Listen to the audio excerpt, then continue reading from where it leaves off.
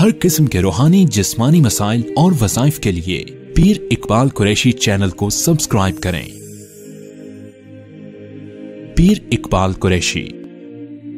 نبی اور صدیق کا آپس میں تعلق کیا ہے، آج ہمارے جمعے کا بیان ہے کہ اللہ تبارک و تعالی نے اس کائنات کے اندر بے شمار انبیاء علیہ السلام کو مبعوث فرمایا، لیکن امام الانبیاء صرف محمد الرسول اللہ کو بنایا۔ اللہ رب العزت نے بے شمار انبیاء علیہ السلام مبعوث کیے، لیکن خاتم النبیین صرف رسول اللہ کو بنایا۔ انبیاء بے شمار ہیں، لیکن انبیاء کے سرتاج صرف محمد الرسول اللہ صلی اللہ علیہ وسلم ہے۔ جس طرح انبیاء میں ہمارے نبی محمد الرسول اللہ نبیوں کے سردار ہیں، اس طرح اللہ نے جہاں رسول اللہ کو نبیوں کا سردار بنایا، وہاں ابو بکر کو صحابہ کا سردار بنایا، وہاں ابو بکر کے محبوب محمد الرسول اللہ کو نبیوں کا امام بنایا، یہاں ابو بکر کو صحابہ کا امام بنایا۔ وہاں اللہ نے قرآن پاک کے اندر نبی صلی اللہ علیہ وسلم کے لیے فرمایا محمد الرسول اللہ، یہاں آگے ابو بکر کے لیے فرمایا والذین معہ، کہ جو رسول اللہ کے ساتھ ہیں۔ وہاں اللہ رب العزت نے فرمایا بالمؤمنین رؤوف الرحیم، نبی کی ذات یہ ہے کہ وہ اپنے ایمان والوں پر رحیم ہے۔ اور یہاں رسول اللہ نے ابو بکر کے لیے فرمایا ارحم من امتی، جو ہے کہ آپ نے فرمایا میری امت میں سب سے زیادہ رحیم جو ہے وہ ذات ابو بکر کی ہے۔ یہاں نبی صلی اللہ علیہ وسلم کے لیے فرمایا کہ آپ پر نبوت ختم ہے۔ یہاں ابو بکر صدیق کے لیے اللہ نے فرمایا کہ آپ پر صداقت ختم ہے۔ حضور کے بعد نبی کوئی نہیں، ابو بکر کے بعد صدیق کوئی نہیں، حضور کے بعد نبوت منقطع، ابو بکر کے بعد صداقت منقطع۔ اللہ نے فرمایا اولئک الذین انعم اللہ علیہم من النبیین والصدیقین، اللہ نے جہاں نبیوں کا ذکر کیا وہاں صدیق اکبر کا ذکر کیا۔ والذی جاء بالصدق وصدق بہ، اللہ نے فرمایا جو تصدیق کرنے والا ہے اور جو سچائی لے کر آنے والا ہے۔ جہاں قرآن کا ذکر کیا وہاں قرآن کی تصدیق کرنے والے کا ذکر کیا۔ یہاں اللہ نے ان ابراہیم کان صدیقا نبیا کہا، ابراہیم صدیق نبی ہیں، لیکن حضور کی امت میں ابو بکر کو صدیق بنا دیا۔ وہاں نبی صدیق، یہاں ابو بکر صدیق، وہاں نبی تصدیق کرنے والے، یہاں ابو بکر تصدیق کرنے والے۔ کیوں کہ ہر نبی کا ایک تصدیق کرنے والا لازم ہوتا ہے۔ اللہ رب العزت نے حضرت آدم کی تصدیق کرنے والا حضرت شیس کو بنایا، حضرت شیس کی تصدیق کرنے والا حضرت نوح کو بنایا، حضرت یعقوب کی تصدیق کرنے کے لیے یوسف کو پیدا کیا، حضرت موسیٰ کی تصدیق کرنے کے لیے حضرت ہارون کو پیدا کیا، اور محمد عربی کی تصدیق کے لیے حضرت عیسیٰ کو مبعوث کیا، اور حضور کی تصدیق کے لیے ابو بکر کو پیدا کیا۔ نبی صدیق، یہاں ابو بکر صدیق، والذی جاء بالصدق وصدق بہ، یہاں حضور فرما رہے ہیں انا اتقی بنی آدم ولد آدم، میں بنو آدم میں سب سے متقی ہوں۔ حضور بنی آدم میں سب سے متقی ہیں۔ قرآن کیا کہتا ہے؟ ان اکرمکم عند اللہ اتقاکم، تم میں عزت والا وہ ہے جو متقی ہے، جو تقوی والا ہے۔ اب نبی کے بعد کائنات میں سب سے متقی کون؟ نبی کے بعد سب سے پارسا کون؟ نبی کے بعد سب سے بڑا کردار والا کون؟ نبی کے بعد سب سے پاکیزہ کون؟ اگر ہم قرآن سے پوچھیں تو قرآن بتائے گا وَسَيُجَنَّبُهَا الْأَتْقَى، اس کائنات میں نبی کے بعد اگر کوئی پاک ہے تو وہ ابو بکر ہے، چونکہ یہ اتقا ابو بکر کے لیے اترا۔ واللیل سورت ہے ابو بکر کے لیے اتری، اور مفسرین نے لکھا، ابن کثیر، امام رازی نے، کہ سورت اللیل کو سورت الصدیق کہا جاتا ہے، سورت الضحیٰ کو سورت رسول کہا جاتا ہے، چونکہ لیل میں ابو بکر کی شان ہے، ضحیٰ میں رسول اللہ کی شان ہے۔ جب ابو بکر صدیق نے 6 ریشم کی دکانوں کا مال، ان کا پیسہ، 40,000 سونے کی اشرفیاں، جو کروڑوں روپیہ بنتا ہے، وہ رسول اللہ پہ نچھاور کر دیا، رسول اللہ کی تبلیغ کے لیے وقف کر دیا۔ حضور نے جو کہا آنکھیں بند کر کے خرچ کیا، حضور پر خرچ کرتے رہے یہاں تک کہ سارا مال صرف ہو گیا، سارا مال خرچ ہو گیا۔ ابو قحافہ، آپ کے والد 100 سال کے قریب عمر ہے، ابو بکر صدیق کے پاس آئے، کہنے لگے بیٹا وہ پیسہ کدھر ہے، وہ اشرفیاں کدھر ہیں؟ آپ نے پتھر رکھ کے، ابو قحافہ نابینا تھے، ابو بکر صدیق نے پتھروں پہ کپڑا بچھا کر فرمایا یہ اشرفیاں ہیں، آپ نے ہاتھ لگایا، مطمئن ہو گئے۔ لیکن شر پسندوں نے، فساد کرنے والوں نے جا کر ابو قحافہ سے کہا آپ کا بیٹا تو جھوٹ بولتا ہے، اس نے تو پیسہ سارا محمد بن عبداللہ پہ خرچ کر دیا، اس کے اللہ کی تعارف کے لیے، اسلام کے تعارف کے لیے، دین کی تبلیغ کے لیے، غریب صحابہ کو آزاد کرانے کے لیے، کبھی بلال کو آزاد کرا رہا ہے، کبھی زنیرہ کو آزاد کرا رہا ہے، کبھی ابو فقیہ کو آزاد کرا رہا ہے، کبھی جو ہے ابو ذر پہ خرچ کر رہا ہے، کبھی آل یاسر پہ خرچ کر رہا ہے، کبھی خباب ابن عرت کو آزاد کرا رہا ہے۔ یہ غلاموں کو، غریبوں کو، نوکروں کو، پسے ہوئوں کو، ان کے آقاؤں کو پیسے دے کے آزاد کر دیتا ہے اور حضور کا غلام بنا دیتا ہے۔ یہ تو آپ کے پیسے کا بے جا اسراف کر کے اس نے سارا پیسہ اڑا دیا، نعوذ باللہ۔ ابو قحافہ لاٹھی ٹیکتے ٹیکتے سیدھے رسول اللہ صلی اللہ علیہ وسلم کے دربار میں پہنچ گئے، اور غصے کے عالم میں حضور کی مجلس میں ابو بکر صدیق کو کوسنا شروع کر دیا، برا کہنا شروع کر دیا، اور کہا کہ آپ کا سارا پیسہ اپنے آپ کو بڑا بنانے کے لیے خرچ کیا ہے، آپ نے پیسہ اس لیے خرچ کیا کہ عرب کے لوگ ابو بکر کو بڑا کہیں، جیسے آج کچھ لوگ کہتے ہیں کہ ابو بکر نے اس لیے پیسہ خرچ کیا، اس لیے کلمہ پڑھا، اس لیے دین کی طرف آئے کہ اپنا نام پیدا کرے۔ کیا اللہ کو بھی کوئی دھوکہ دے سکتا ہے؟ کیا رسول اللہ صلی اللہ علیہ وسلم کو کوئی دھوکہ دے سکتا ہے اس طرح؟ آپ علیہ الصلوۃ والسلام نے جن کے بارے میں فرمایا کہ میں نے ساروں کے احسانات اتار دیے، ابو بکر کا احسان اللہ اتارے گا۔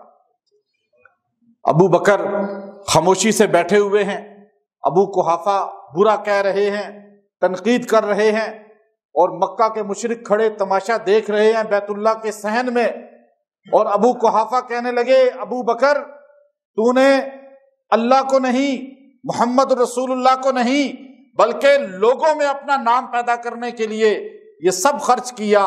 عرش والا غیب کا علم رکھتا ہے یا نہیں؟ فرش والے تو دھوکہ کھا سکتے ہیں، فرش والے تو جھوٹ بول سکتے ہیں، لیکن عرش والا کبھی جھوٹ، عرش والا قرآن نازل کر رہا ہے اسی لمحے محمد الرسول اللہ پہ۔ سورۃ اللیل کا نزول شروع ہو گیا، وَسَيُجَنَّبُهَا الْأَتْقَى الَّذِي يُؤْتِي مَالَهُ يَتَزَكَّى وَمَا لِأَحَدٍ عِندَهُ مِن نِعْمَةٍ تُجْزَى إِلَّا ابْتِغَاءَ وَجْهِ رَبِّهِ الْأَعْلَى وَلَسَوْفَ يَرْضَى۔ آخر میں اللہ نے کہا وَسَيُجَنَّبُهَا الْأَتْقَى، یہ جو ہے ابو بکر یہ متقی نہیں ہے، خالی پاکیزہ نہیں ہے، خالی جو ہے یہ تقوی والا نہیں ہے، بلکہ قیامت تک آنے والے سارے تقوی والوں میں سب سے بڑا متقی ہے، چونکہ عربی میں اتقا اس میں تفضیل کا صیغہ ہے.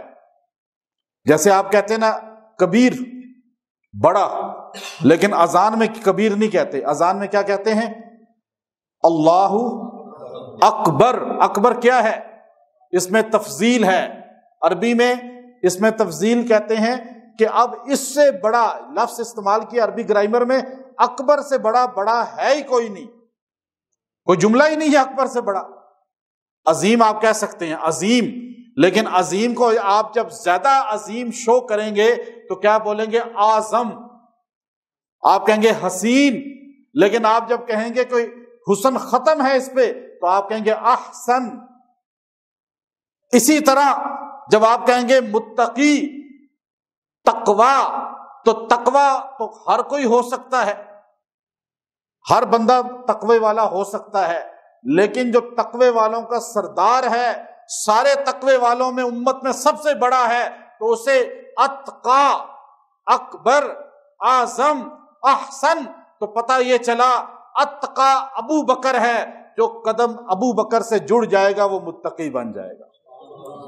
جو در ابو بکر سے کٹ گیا وہ متقی نہیں، پرہیزگار نہیں، پارسا نہیں، حیا والا نہیں، ایمان والا نہیں، یہاں تک کہ حلال والا بھی نہیں. ہے یہ بات یا نہیں؟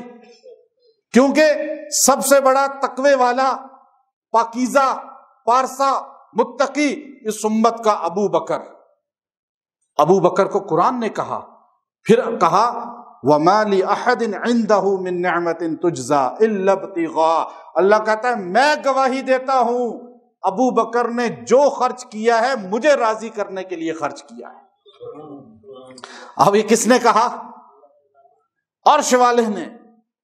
فرش والے بے شک ناراض ہو کے بھونکیں، کوئی فرق پڑے گا؟ اب چمگادڑ الٹی لٹک کے سورج کو گالیاں دیتی ہے جب سورج نکلتا ہے، تو سورج کی شان میں کوئی فرق پڑتا ہے؟ یہ تو یاد رکھیں میری بات، سانپ حملہ ہم سے ڈر کے کرتا ہے، شیر ہم پر حملہ ہم سے ڈر کے کرتا ہے. آپ جنات کہتے ہیں، میرے پاس آتے ہیں، جنات بھی ہم سے ڈر کر ہم پہ حملہ کرتے ہیں. اچھا، جو جتنا کمزور ہوگا وہ، اب کتے کو آپ دیکھیں نا بھونکے گا، کیونکہ وہ کچھ کر نہیں سکتا. آپ سمجھے ہیں بات؟ سمجھے ہیں؟ چونکہ جو شان ابو بکر کو نہ سمجھ سکا نہ کچھ کر سکا، تو پھر وہ کیا کرے گا؟ کیا کرے گا؟ کبھی کراچی میں، کبھی اسلام آباد کی زمین پہ، کبھی کہاں کبھی کہاں. تو وہ تو گلیوں میں بھونکتے اس لیے ہیں کہ وہ کچھ کر نہیں سکتے، چونکہ قرآن کہہ رہا ہے الا ابتغاء وجہ. اب اللہ کہہ رہا ہے میں نے میری رضا کے لیے کیا. اچھا، اللہ نے خود کہہ دیا قرآن نہیں مکمل ہوگا، تراویح میں نہیں مکمل ہوگا، حفظ نہیں مکمل ہوگا جب تک یہ لفظ نہ کہے. اللہ نے وہاں کیا کہا سورۃ الضحیٰ میں؟ وَلَسَوْفَ يُؤْتِيكَ رَبُّكَ. اللہ میرے نبی تجھے اتنا دے گا کہ تو اللہ سے راضی ہو جائے گا. اور یہاں کیا فرمایا؟ وَلَسَوْفَ يَرْضَى. ابو بکر آپ کو اتنا اللہ دے گا کہ اللہ آپ سے راضی ہو گیا ہے. وَلَسَوْفَ، لام وَلَسَوْفَ، ہو گیا ہے یقیناً. مفسرین نے کیا ترجمہ کیا؟ ہوا نہیں، ہو گیا. جس سے رب راضی، فرش والے نہ راضی ہو نا. بشک فرش والوں کا کوئی فکر ہے؟ آپ سارے مجھ سے ناراض ہو، مجھے کیا پریشانی جب تک اللہ مجھ سے راضی ہے. پورا پاکستان کی حکومت ناراض ہو جائے، بشک ہو جائے، میرے نبی سے سارے راضی نہیں ہیں. راضی ہیں؟ راضی ہیں کیا؟ 7 ارب کی آبادی ہے، 5 ارب کافر راضی ہیں میرے نبی سے؟ ابو بکر سے سارے راضی ہو سکتے ہیں؟ عمر، عثمان، علی ہو سکتے ہیں ان سے راضی؟ نہیں ہو سکتے. لیکن جب رب نے کہہ دیا میں ان سب سے راضی ہوں تو بشک سارے ناراض رہیں. بات یاد رکھیں، ہمیں عزت ملے گی ان سے جڑ کر جن سے رب راضی ہو گیا. اگر ہم نے چاہا کہ ہم سے اللہ راضی ہو لیکن ہم نے ان کو ناراض کیا جن سے رب راضی ہے تو ہم کبھی اللہ کو راضی، یہ تو ہمارا اہل سنت کا مسلم عقیدہ ہے۔ صحابہ کے بارے میں یاد رکھیں میری بات، صحابہ کے بارے میں اہل سنت کا مسلم عقیدہ ہے کہ جو صحابہ اکرام رضوان اللہ علیہم اجمعین پر تبرہ کرے گا اس کا ایمان اس کے اندر سے نکل جائے گا، ایمان نہیں رہے گا اس میں۔ ابو بکر کے لیے قرآن نازل ہوا، اللہ نے کیا فرمایا؟ والذی جاء بالصدق وصدق به۔ اب یہ بات آپ نے دیکھی، ابو بکر صدیق رضی اللہ تعالی عنہ وہ انسان ہیں جن کو جانشین پیغمبر ہونے کا اعزاز حاصل ہے، باقی کوئی صحابی جانشین پیغمبر نہیں ہے۔ صحابہ اکرام کے سرتاج ابو بکر ہیں۔ حضور علیہ السلام بیمار ہو گئے، آپ نے سیدہ عائشہ صدیقہ سے فرمایا، بخاری شریف کی حدیث، مرو ابا بکر فلیصلی بالناس۔ سیدہ کائنات فرمائیں گے انا ابی رقیق القلب یا رسول اللہ، آپ نے فرمایا عائشہ جاؤ ابو بکر کو کہو لوگوں کو جماعت کرائیں۔ عرش والا آدم علیہ السلام کو خلیفہ بنا کر فرشتوں سے سجدہ کراتا ہے، اور فرش پہ محمد عربی ابو بکر کو مصلی پہ کھڑا کر کے صحابہ کو پیچھے کھڑا کر کے سجدہ کرواتے ہیں۔ وہ سجدہ بھی عرش پہ کس کو تھا؟ آدم کو نہیں تھا، قبلہ آدم تھے۔ فرش پہ بھی ابو بکر کے پیچھے کھڑے ہونے والے سجدہ کس کو کر رہے تھے؟ لیکن قبلہ بیت اللہ تھا۔ تو اب اللہ نے بھی اور نبی نے بھی وہی طریقہ اپنایا۔ یہاں پر سیدہ فرمانے لگی میرے والد نرم دل ہیں یا رسول اللہ، آپ کسی اور کو کہہ دیں۔ ابو بکر آپ کے ساتھ بچپن سے رہنے والا، آج 63 سال زندگی گزار کر آپ کی مصلی پہ اپنے آپ کو کیسے کھڑا کرے گا؟ وہ تو برداشت ہی نہیں کر سکیں گے۔ حضور سے پوچھا گیا، حضور علیہ السلام نے ایک مرتبہ، ابو بکر، ابن حجر اسقلانی لکھتے ہیں ابو بکر آپ کو کائنات میں سب سے محبوب چیز کیا ہے؟ حضور نے خود پوچھا ابو بکر آپ کو کائنات میں سب سے پسندیدہ چیز کیا ہے؟ تو آپ نے فرمایا النظر وجہک، یا رسول اللہ آپ کے چہرے کو دیکھنا۔ ابو بکر صدیق کائنات میں سب سے زیادہ محبوب حضور کے چہرے کو رکھتے تھے، اسی لیے اللہ کے سلام کئی مرتبہ آئے۔ اب آپ نے کہا وہ نہیں برداشت کریں گے، پھر سیدہ کائنات خاموش ہو گئی۔ تھوڑی دیر کے بعد حضور نے فرمایا مرو ابا بکر فلیصلی بالناس، پھر سیدہ کائنات میں وہی جملہ کہا۔ پھر حضور علیہ السلام نڈھال تھے، طبیعت ناساز تھی، 17 نمازیں سیدنا ابو بکر نے حضور کی زندگی میں پڑھائی ہیں۔ عشاء کی نماز کا وقت تھا، تاخیر ہوتی جا رہی تھی، حضور نے فرمایا تیسری مرتبہ مرو ابا بکر فلیصلی بالناس، ابو بکر سے کہو مصلی پہ کھڑا ہو جائے، مصلی رسول پہ کھڑا ہو کے جانشین رسول بن جائے، نماز پڑھائے۔ سیدہ نے فرمایا انا ابی رقیق القلب یا رسول اللہ، حضور علیہ السلام ایک دم وجد میں آ گئے۔ آپ نے فرمایا عائشہ میں کیا کروں، عرش والا بھی اور فرش والے بھی ابو بکر کے علاوہ کسی کو امام پسند نہیں کرتے، مصلی نبی کا ہو۔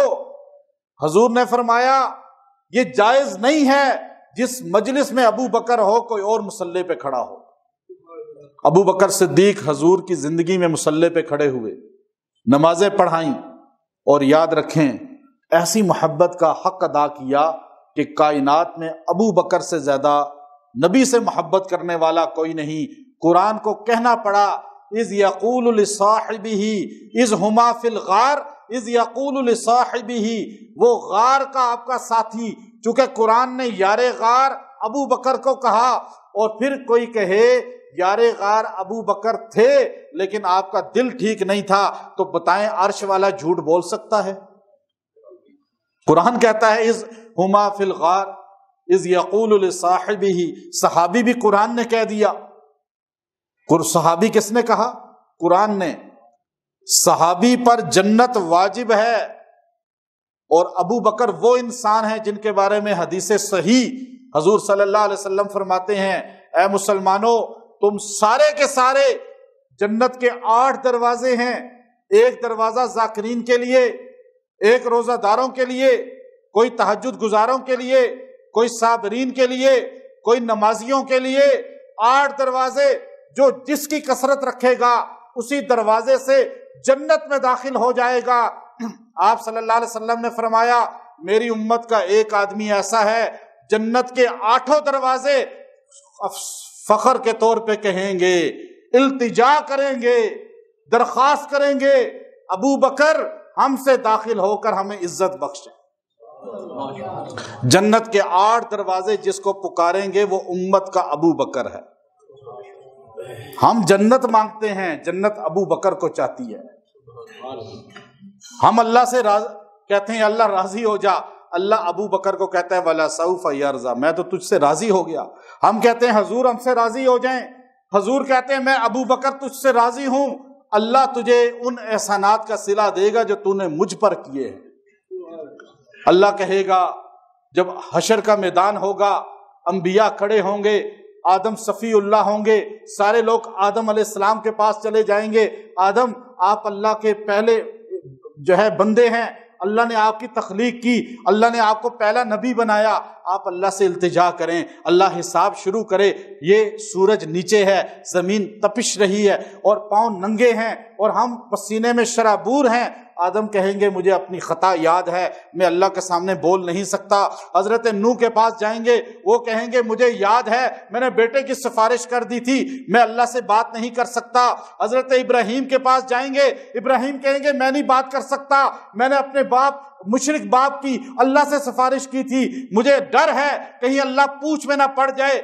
اور ایک ایک پیغمبر کے ہوتے ہوتے یہاں تک کہ عیسیٰ پیغمبر کے پاس پہنچیں گے، عیسیٰ پیغمبر کہیں گے نہیں، آج میں تمہیں ایسا انسان بتاتا ہوں جس کی اللہ ٹالے گا نہیں، اس لیے اس کو پیدا نہ کرنا ہوتا زمین پیدا نہ ہوتی، آسمان پیدا نہ ہوتا، نبی نہ آتے، انسان نہ آتے، جنات نہ آتے، یہ آسمان نہ ہوتے، یہ فرشتے نہ ہوتے، وہ محمد الرسول اللہ کی ذات ہے۔ سارے چلے جاؤ در رسول پر، اس وقت بھی در رسول سے فیض ہوگا، آج بھی در رسول سے فیض ہوگا۔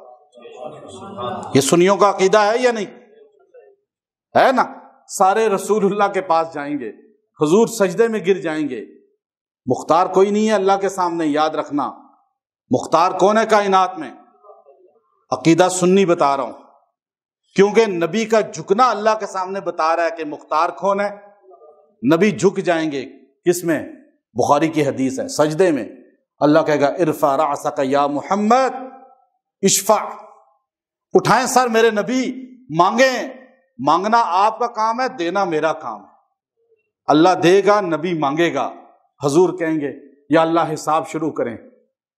اللہ ایسے غضب میں تھا، حدیث میں آتا ہے کہ نبی تھر تھر کانپ رہے تھے اس وقت، مسلم کی حدیث ہے۔ پھر ابن کثیر نے واقعہ لکھا البدایہ کے اندر کہ اللہ کے غضب کو دیکھ کر، جب اللہ پوچھے گا نا، غضب اللہ کا اس وقت ہوگا جب لوگ پسینے میں شرابور ہوں گے۔ میں اس پوری حدیث کا نقشہ ٹائم کی قلت کی وجہ سے نہیں کھینچ رہا، میں بتا رہا ہوں ایک چھوٹی سی بات۔ ابن کثیر البدایہ میں لکھتے ہیں اللہ کے غضب کو، اللہ کے خوف کو دیکھ کر سامنے جو اللہ کی ہیبت ہوگی، عیسیٰ بن مریم سجدے میں جا کر روئیں گے، اللہ آج میں اپنی ماں مریم کا سوال نہیں کرتا۔ ابراہیم سجدے میں روئیں گے، اللہ اپنے باپ آزر کا سوال نہیں کرتا۔ اس وقت حضور صلی اللہ علیہ وسلم اللہ سے امت کے لیے مانگ رہے ہوں گے، اور اللہ کہے گا حضور سے اب بتائیں کس سے آغاز کروں حساب کا، کس سے آغاز کروں؟ پہلا میزان میں حساب دینے والا وہ پہلا امتی ہے حضور کا، جو پہلا کلمہ پڑھنے والا رسول اللہ کا صحابی ہے، جس پہ بنیاد قائم ہے۔ عمارت جتنی مضبوط بنیاد ہوگی اتنی بلند کھڑی کر لیں آپ۔ اس امت کی بنیاد ابو بکر ہے۔ حضور علیہ السلام دیکھیں گے دائیں بائیں، ایک دم ابو بکر کا ہاتھ پکڑ کے اللہ کے سامنے پیش کرتے ہوئے کہیں گے اللہ میری امت کا پہلا صحابی ابو بکر سے آغاز کر۔ حدیث میں آتا ہے اللہ کہے گا، کوئی قصہ نہیں ہے، کہانی نہیں ہے، حدیث بتا رہا ہوں، اللہ تعالیٰ غضب میں ہوگا، جوش میں ہوگا، ہیبت میں ہوگا، جب رسول اللہ ابو بکر کا ہاتھ اللہ کے سامنے پیش کریں گے اللہ کا غضب ختم ہو جائے گا، اللہ کا جلال جمال میں تبدیل ہو جائے گا۔ اللہ تعالیٰ مسکراتے ہوئے کہے گا میرے نبی محمد جس نے تجھ سے حساب نہیں لیا میں اس سے حیا کرتے ہوئے کیسے حساب لوں؟ میں پہلا ابو بکر ہے جس کو بغیر حساب کے جنت میں بھیج رہا ہوں۔ پہلے جنت میں داخل ہونے والا بغیر حساب اس امت کا کون ہے؟ تو اب بتائیں، اب آخری بات، ابو بکر صدیق رضی اللہ تعالیٰ عنہ صدیق ہیں۔ کیا ہے؟ صدیق ایسے نہیں بنتے، خالی نام لکھ کے نہیں صدیق ہوتے، اس کے لیے قربانی دینی پڑتی ہے۔ اب جنت ایسے نہیں ملتی، قربانی دینی پڑتی ہے۔ عشق رسول ایسے نہیں ہوتا کہ خالی نام لینے میں عاشق رسول ہوں، میں عاشق صحابہ ہوں، نہیں، اس کے لیے قربانی دینی پڑتی ہے۔ یہاں دیکھیے دو طریقے تھے، نور الحسن شاہ بخاری رحمۃ اللہ علیہ نے اپنی کتاب لکھی نبی اور صدیق۔ آپ نے کہا اللہ نے ابو بکر کو وہ سب دیا جو آپ نہیں کر سکتے تھے، لیکن تب دیا جب وہ آپ نے کیا جو آپ کر سکتے تھے۔ آپ بات کو سمجھیں، ہم جو کر سکتے ہیں وہ بھی نہیں کرتے، تو اس لیے پھر ہم کہتے ہیں جی اللہ بس ہم پہ انوارات بھیجے، رحمتیں بھیجے، اپنی استطاعت کے مطابق تو کریں نا جو آپ کر سکتے ہیں۔ آپ صحابہ کی شان بیان کر سکتے ہیں نہیں کر سکتے؟ صحابہ کے لیے آواز اٹھا سکتے نہیں اٹھا سکتے؟ عشق رسول کا دعوے کے ساتھ اطاعت رسول کا ذکر کر سکتے ہیں نہیں کر سکتے؟ حضور کے لیے اپنے گھر کو چھوڑ کے مسجد میں آ سکتے ہیں نہیں آ سکتے؟ مصلی پہ کھڑے ہو سکتے ہیں نہیں ہو سکتے؟ آج کا سنی اذان سن کے مسجد نہیں آتا، آ سکنے کے باوجود قرآن سمجھ کے بھی نہیں پڑھتا، پڑھنے کے باوجود قرآن سال ہو گیا نہیں کھولتا، رمضان میں کھولتا ہے، جمعے کی نماز پڑھنے آتا ہے، کبھی درود شریف پڑھنے کی توفیق نہیں ہوئی پورا ہفتہ، کبھی ذکر الہی کرنے کی توفیق نہیں ہوئی، حالانکہ سب کچھ کرنے کی استطاعت رکھنے کے باوجود۔ تو پھر وہ کام کیسے ہو جو ہم نہیں کر سکتے اللہ کر دے؟ کیسے ہو سکتا ہے کہ وہ کیا آپ نماز پڑھ سکتے ہیں پڑھیں، آپ روزہ رکھ سکتے ہیں رکھیں، آپ قرآن پڑھ سکتے ہیں پڑھیں، آپ ذکر کر سکتے ہیں کریں، آپ درود شریف پڑھ سکتے ہیں آپ درود شریف پڑھیں۔ اب یہ کام وہ ہیں، آپ مسجد اٹھ کے آ سکتے ہیں آئیں، یہ وہ کام ہے جو آپ کی استطاعت ہے۔ اب اللہ وہ کام کرے گا جو آپ کی استطاعت نہیں ہے۔ صحت آپ کو دے گا، آپ خود تو صحت نہیں لے سکتے، عزت آپ کو دے گا، آپ خود عزت نہیں لے سکتے، رتبہ مقام آپ کو دے گا، پریشانیاں بیماریاں آپ کی ختم کرے گا، تنگی اور غربت آپ کی ختم کرے گا، اور جنت آپ کو اللہ دے گا، ایمان والی موت اللہ آپ کو دے گا، نبی کے ساتھ حشر آپ خود کر سکتے ہیں، صحابہ کے ساتھ حشر کر سکتے ہیں، مدینے کی موت بھی اللہ دے سکتا ہے، ساری چیزیں اللہ دے سکتا ہے، لیکن تب جب آپ کے جو اختیار میں ہے وہ آپ کریں۔ اب اس کی مثال کون ہے؟ ابو بکر۔ مولانا نور الحسن شاہ بخاری رحمۃ اللہ علیہ نے لکھا ابو بکر کے اختیار میں تھا کہ حضور پہ فوراً کلمہ پڑھیں، ابو بکر نے کلمہ پڑھ لیا۔ ابو بکر کے اختیار میں تھا حضور کی تصدیق کریں، کافروں کے درمیان کھڑے ہو کر آپ نے تصدیق کر دی۔ ابو بکر کے اختیار میں تھا 6 ریشم کی دکانیں حضور پہ لٹا دیں، آپ نے لٹا دی۔ ابو بکر کے اختیار میں تھا 40,000 درہم حضور پہ خرچ کر دیں، خرچ کر دیا۔ ابو بکر کے اختیار میں تھا چھوٹی بچیوں کو گھر چھوڑ کے حضور کے ساتھ نکل جائیں نہ واپس آنے کے لیے، ابو بکر نکل گئے۔ ابو بکر کے اختیار میں تھا حضور علیہ السلام کے معراج سے واپسی پر آپ کی تصدیق کریں، آپ نے سب سے پہلے کافروں میں کھڑے ہو کے تصدیق کی۔ ابو بکر کے اختیار میں تھا مارے کھانے کے باوجود کعبے میں کھڑے ہو کے حضور کا کلمہ پڑھا، مار کھا لی کلمہ نہیں چھوڑا۔ ابو بکر کے اختیار میں تھا حضور کو کندھوں پہ اٹھا لینا، غار سور کی طرف لے جانا۔ ابو بکر کے اختیار میں تھا غار میں پہلے داخل ہونا، حضور کے لیے اپنی گود کو بچھا دینا۔ ابو بکر کے اختیار میں تھا پیدل مدینے کی طرف حضور کے ساتھ سفر کرنا ابو بکر کے اختیار میں تھا،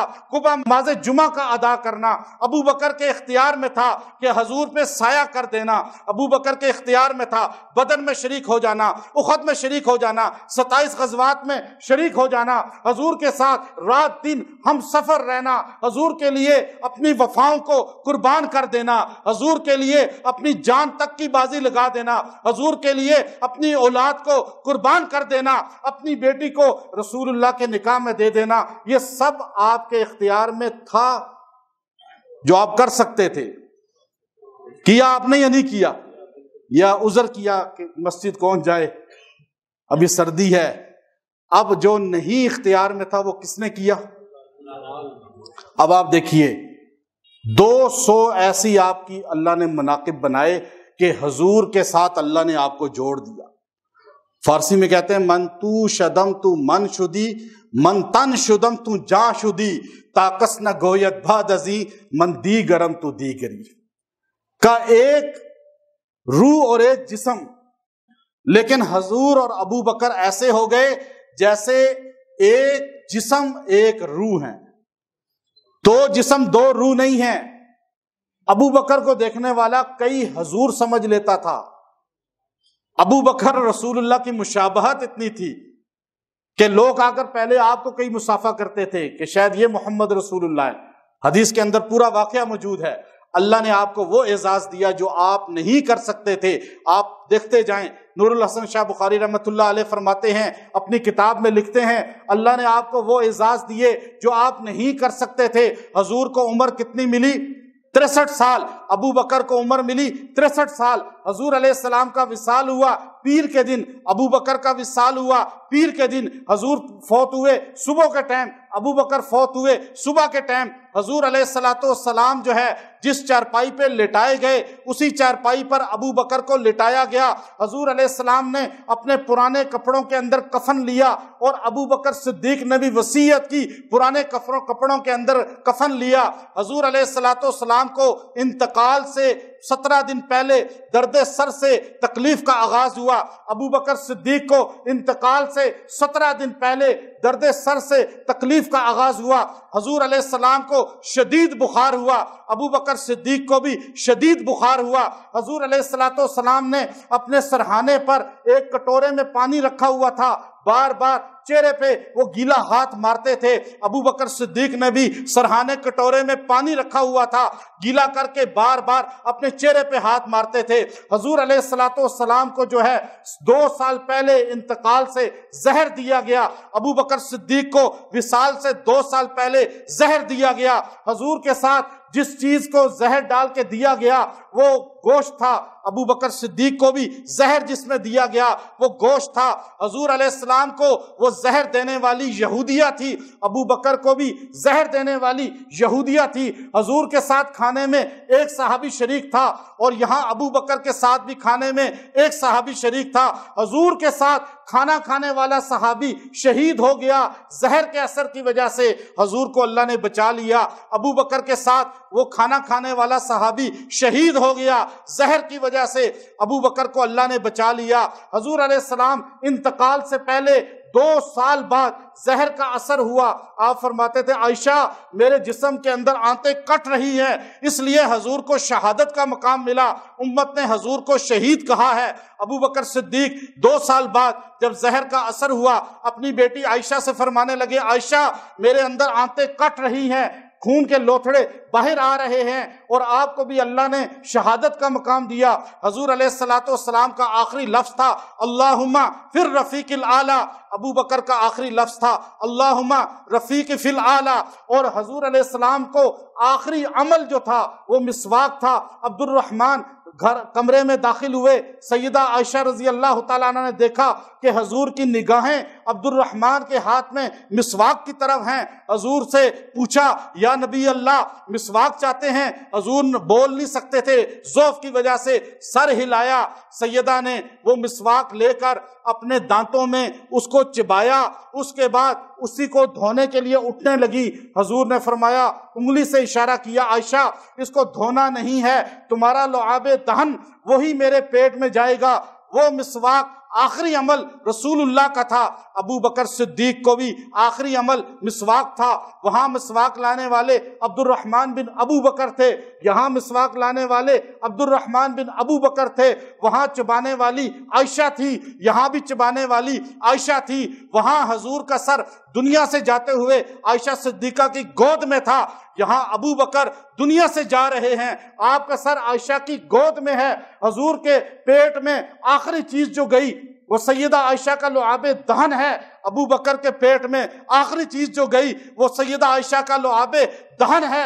حضور کی روح قبض ہوئی، عائشہ کی گود تھی، ابو بکر کی روح قبض ہوئی، عائشہ صدیقہ کی گود تھی۔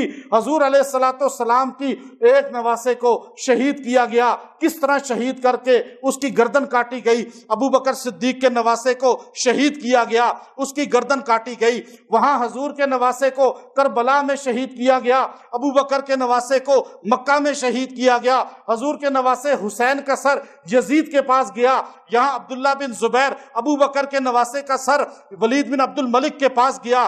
حضور کے نواسے کا سر لٹکایا گیا، ابو بکر کے نواسے کا سر لٹکایا گیا۔